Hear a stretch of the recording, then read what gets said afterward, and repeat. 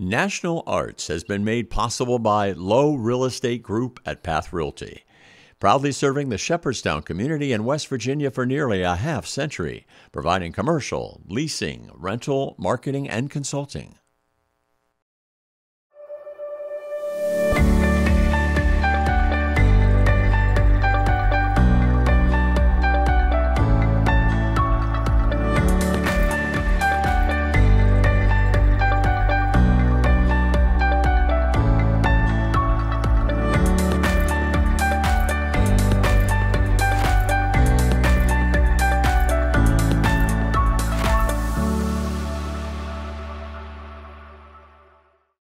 Hi, I'm Mike Baker, and welcome to National Arts.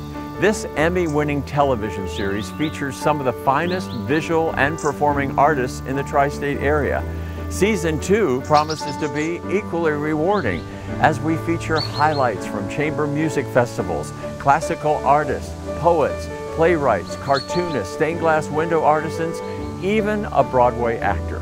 So without further ado, let's get started. Many of West Virginia's historic sites were partners in the inaugural season of the Appalachian Chamber Music Festival. Its organizer is artistic director and multi-talented Katie Turtel. Katie is a world-renowned cellist who's played with the National Symphony Orchestra of Ireland and is a guest performer with numerous European symphonies and chamber orchestras. She is a current recipient of the prestigious Exceptional Talent Visa awarded by the Arts Council of England and teaches cello at Durham University. Katie is as gracious as she is talented. Her first festival pays tribute to much of the area, explores some of the local histories such as John Brown, and illuminates the roots of folk music. The idea of the festival, the idea of starting a chamber music festival, started in 2014. I've always been really passionate about this genre of music, chamber music, and I think it's the intimacy of playing together with people and experiencing music in small environments, because I think it can be really, really meaningful to connect with people that way. So this is an idea I've had since 2014, and you know, about a year and a half ago when the pandemic hit us in 2020, I thought this is the time when we need this. I knew that coming out of this, we would all need that intimate connection with people and being together. And I've always been really inspired by nature and history, and this region just seemed like the perfect place to start something like this. I want to just quickly introduce all these incredible people who are standing up here with me. We have Rochelle Hunt on violin. Delcho Tenev, also on violin. Audrey Pride. And Dominic Salerni. Then on viola, we have the wonderful Viola Moray duo, Coco Dulgerski and Leah Kovac, everyone. And the fabulous Skylar Slack on cello, and myself, Katie Turtel. Not important. I have a few thank yous to say that I'm going to do now because I think I'll forget at the end of the concert. So first of all, huge thanks to Walter Washington and Friends of Happy Retreat for having us here and being so supportive this week. And we have a very special thank you to Berryville Graphics for sponsoring a work you'll hear in the second half of today's program by Alva McDonough. So huge, huge thank you for that. Thank you. And I've already talked about these amazing guys here with me, but obviously none of this would be possible without their huge cooperation and just wonderful attitudes and remarkable playing. So thanks, guys. And last, but definitely not least, I have to say, this has been a huge group effort, and there's no way I could have pulled off the inaugural season of the Appalachian Chamber Music Festival without the huge support of my incredible family, specifically my parents, but everyone else and all the volunteers. So from the bottom of my heart, thank you so much. It takes a village to do this, so thank you. And the first thing we're going to play for you is a full cast number. That's why we're all here. That is Jesse Montgomery's Strum. Some of you who have come to other concerts will have heard us play this. It's a really fun piece, and I think the name says it all. So without further ado, please enjoy.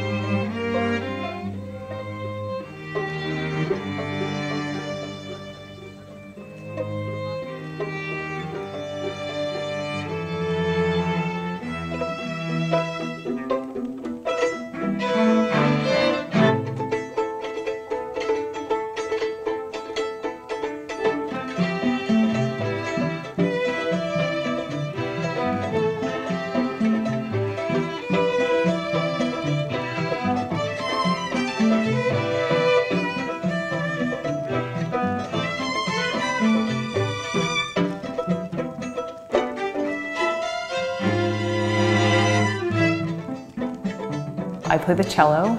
I grew up in Northern Virginia, outside of Washington, D.C. And I've had an international career. I've worked in Ireland with the National Symphony Orchestra for 5 years.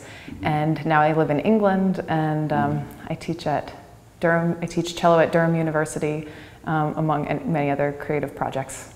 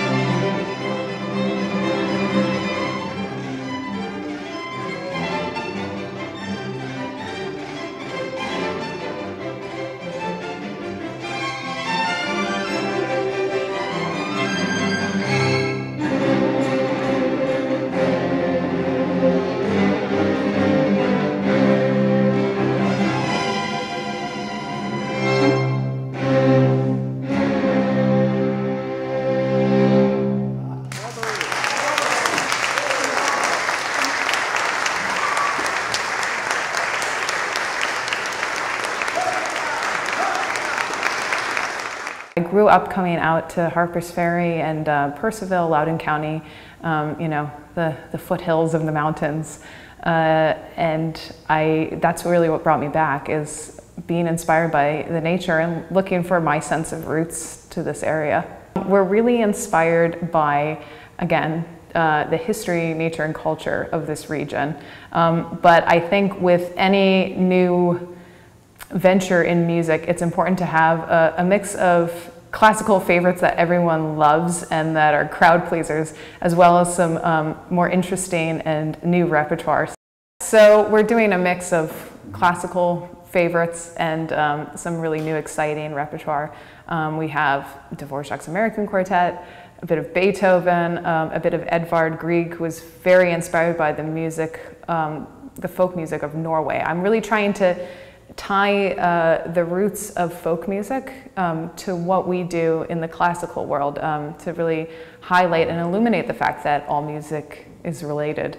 And we also have some really exciting new commissions, one by Irish composer Alva McDonough and one by violinist who's playing here at this festival, Dominic Salerni. And we also have composer Steve Snowden joining us We're doing his work, Appalachian Polaroids, and he will also be working with the young people in the workshop that we have going on this year. I also think that chamber music has its own special place in a musical society. It's a different thing, you know? I mean, you can't go and hear a symphony orchestra in a space like this where we're going to be performing. And actually, chamber music was written to be played, you know, chamber music, the name is in the title of the genre. It's meant to be played in small spaces. And I think that there's a magical thing that happens that's sometimes lost, not always, but sometimes lost in a large concert hall, because you're not intimately close up with the musicians. You're not seeing the way they breathe and feeling the music really powerfully, you know, just from your seat.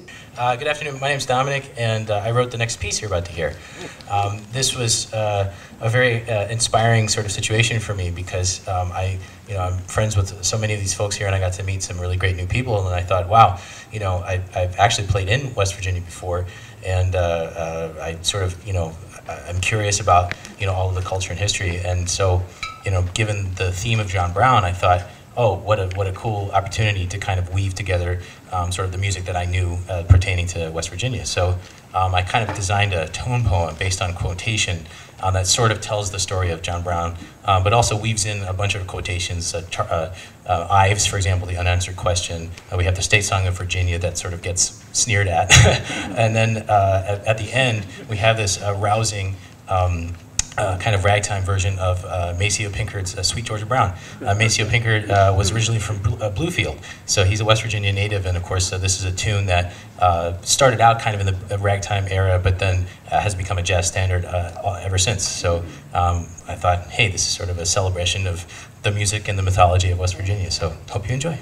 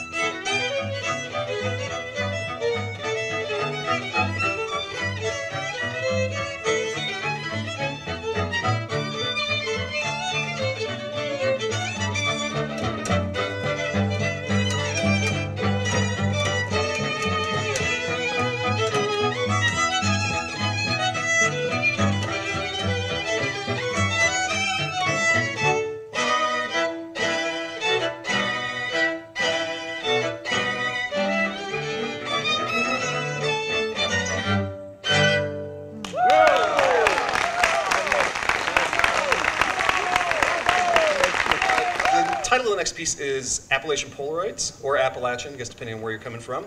And I am originally from the Ozarks, a pretty rural area in the Ozarks, a little ways away from Branson, Missouri, if you've been to Branson before. I have always felt kind of like a kinship, I guess, with Appalachian culture, because I think there are so many similarities, and it feels very kind of natural to me in a way. So I was asked by a string quartet whose members were all from the Appalachian region to write them a piece. And I decided I really wanted to take the music that I grew up with and the music that was part of my childhood, like bluegrass and folk singing and things like that, and figure out a way to incorporate that into a string quartet, which we normally associate with like classical era music, like Mozart or that sort of thing.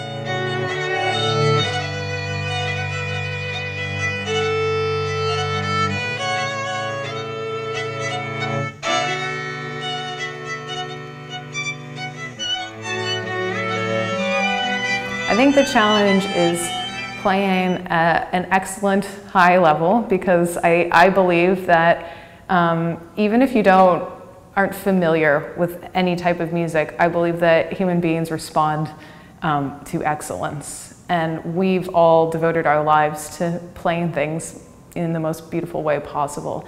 So I think balancing that with the human connection, this is not music that's played in a vacuum.